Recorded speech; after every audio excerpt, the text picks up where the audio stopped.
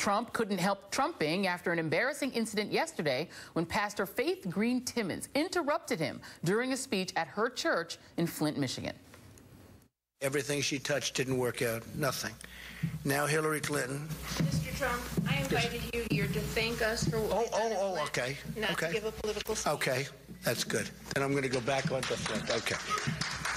In an interview this morning, Trump attacked Reverend Timmons, suggesting that she had planned in advance to make him look bad.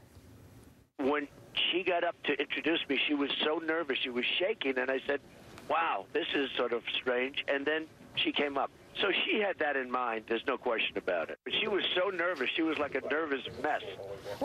So I figured something. Something was up, really.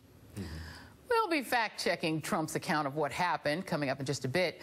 But this afternoon, Clinton called him out for smearing a private citizen who also happens to be a leader in a struggling community.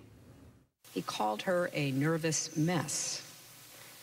That's not only insulting, it's dead wrong.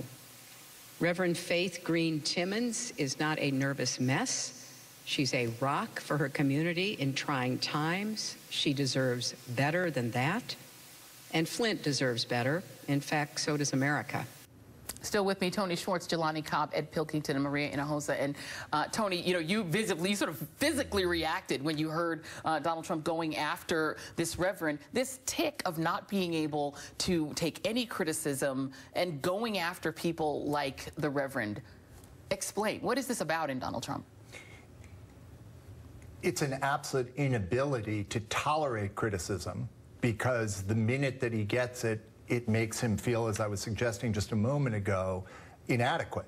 And it's intolerable for him to feel inadequate. You know, it's very interesting in watching that interview and the rest of the Flint experience and the TV appearance he did with the other religious figure in Detroit, is that there's, to me, there are 4 or 5 reasons that Donald Trump is unqualified to be president, and all 3 of the most important of them were evidenced in those experiences. One is the extraordinary level of ignorance, the unbelievably oversimplified approach to, in this case, how do we deal with the Flint problem, how do we deal with the African-American community's issues, and to stereotype them, to describe that community as poor and desperate, and to fail to recognize the diversity of that community. That's one. The second is that he's a divider, and I would use the word racist. It's not only applicable to African-Americans, it's applicable to a lot of groups.